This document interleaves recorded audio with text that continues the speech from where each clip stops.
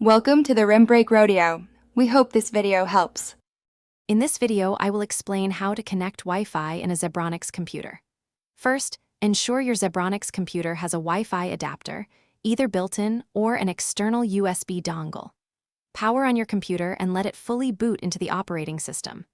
Then, locate the network icon, which typically looks like a small globe or Wi-Fi symbol, in the system tray, usually found in the bottom right corner of your screen. This initial check is crucial for a smooth setup.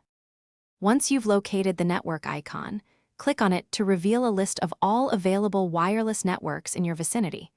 Carefully scan through this list to identify your specific Wi-Fi network. This is often referred to as the SSID. It's important to verify the network name to ensure you are selecting the correct one, especially if there are many networks nearby.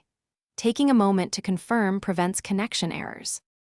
After selecting your desired network from the list, proceed by clicking the Connect button.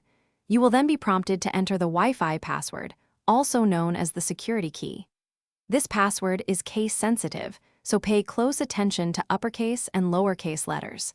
Before finalizing the connection, take a moment to double-check the password for any typos. Accuracy here is key to a successful connection. To confirm your successful connection, observe the network icon in your system tray. It should now indicate an active internet connection. A quick and effective way to test this is by opening any web browser and navigating to a familiar website.